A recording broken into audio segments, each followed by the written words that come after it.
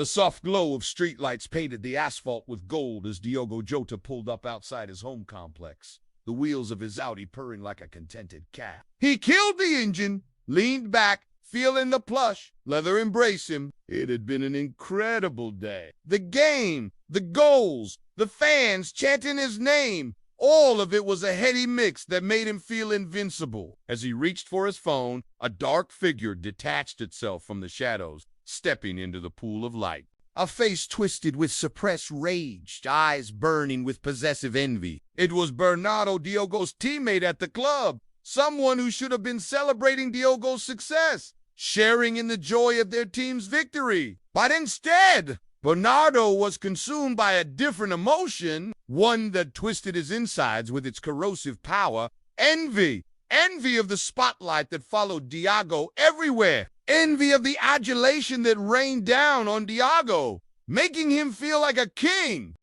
Envy of the effortless grace with which Diogo moved on the field, a stark contrast to his own clunky steps. He hated Diogo, hated the way he upstaged him, eclipsed him, relegated him to the sideline. The thought of Diogo, the golden boy, having everything handed to him on a platter was a bitter pill to swallow. He wanted it all. The trophies, the cheers, the girl. Why did Diogo get it so easily when he, Bernardo, had worked twice as hard, sacrificed twice as much? His gaze followed Diogo, taking in the lithe frame, the tousled hair, the easy smile. It was infuriating. He couldn't stand it anymore. He had to do something, anything, to make Diogo pay. But what? His mind raced, desperate for an idea, clawing at the recesses of his brain for a solution. Then it hit him, a cruel, terrible idea, but it was all he had. Hours earlier, the roar of the crowd was deafening, the kind of noise that reverberated through your bones. It made you feel alive. Diogo loved it. He thrived on it. The energy of the crowd fueled his every move, pushing him to be better, to do more. Tonight, he had found the back of the net twice, sending the crowd into raptures. And as he stood there, bathed in the warm glow of the stadium lights, accepting the adoration of the fans, he felt a surge of pure joy. It was in these moments that he felt truly alive, truly happy. But little did he know that in the stands above him, a pair of eyes watched him, not with admiration or respect, but with a burning intensity that could only be described as envy. These were the eyes of his teammate Bernardo, a man who had once been just as promising as Diogo, just as talented, just as fast.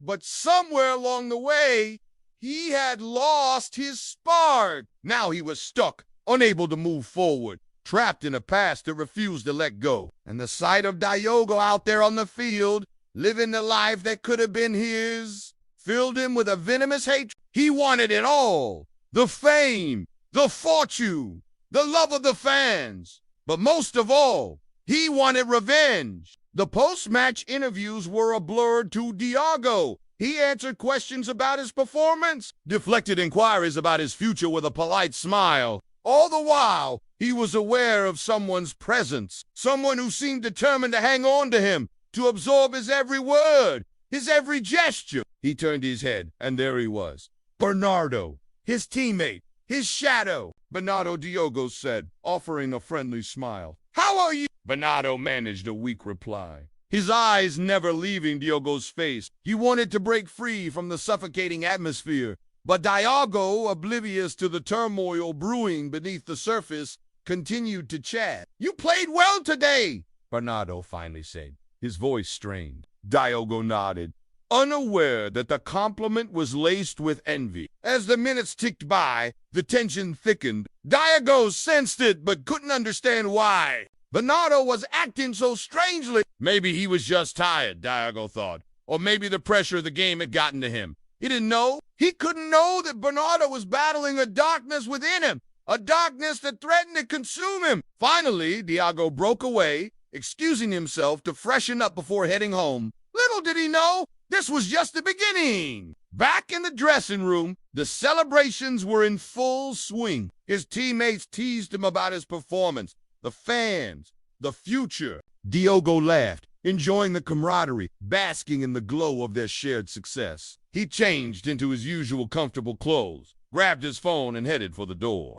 Outside, the night air was cooled against his skin, a welcome change from the stuffy dressing room. He got into his car, his Audi a sleek black machine that was as much a part of his persona as his football boots. He turned the key, the engine purred to life, and he pulled out of the parking lot, unaware that he was being followed. Bernardo stood in the shadows, watching Diogo drive away. His heart pounded in his chest, a drumbeat of anticipation. He had waited for this moment, planned it meticulously. Now was the time. He got into his car, a nondescript silver sedan that blended seamlessly into the night, and followed Diogo. Headlights cut through the darkness, illuminating the road ahead. Diogo was driving, lost in thought, replaying the game's highlights in his mind. He hummed a tune, tapping his fingers on the steering wheel, completely unaware of the danger lurking behind him. In the rearview mirror, he saw the taillights of the car behind him,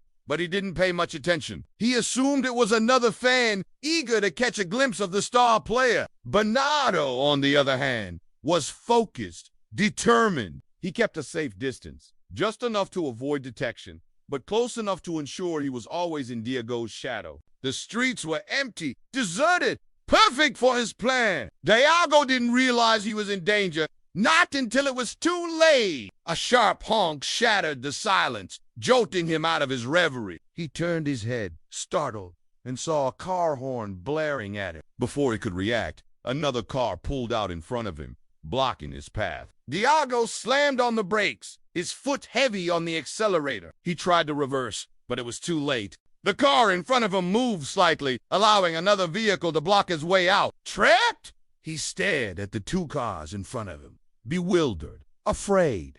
They had blocked him in. But why? Fear tightened its grip around his heart, squeezing the breath out of him. He fumbled with his door, desperate to get out, to run away, to hide. But his legs felt heavy, his feet rooted to the floor. From the other car, a figure emerged, striding towards him with long, heavy steps. Diogo watched in horror as the figure drew closer, his face illuminated by the car's headlights. It was Bernardo. He stopped in front of Diogo's car, his face twisted in a snarl, his eyes blazing with triumph. Bernardo, what are you doing? Diogo whispered, his voice shaking. There was a dangerous glint in Bernardo's eyes. He leaned closer to the car, his voice low and menacing. I want what you have, he hissed. Diogo's mind raced, trying to comprehend what was happening, trying to make sense of Bernardo's words. What did he mean? What did he want? Before Diogo could respond, Bernardo was on him, pounding on the car roof, his fists connecting with sickening thuds. Glass shattered, metal buckled under the force of his blows. Fear gave way to pain. Diogo cried out, shielding his head, trying to protect himself from the barrage of punches, but it was no use. And then, as if from a great distance, he heard the sirens, the wail of approaching ambulances, the screech of police cars. But it was too late. Everything went black.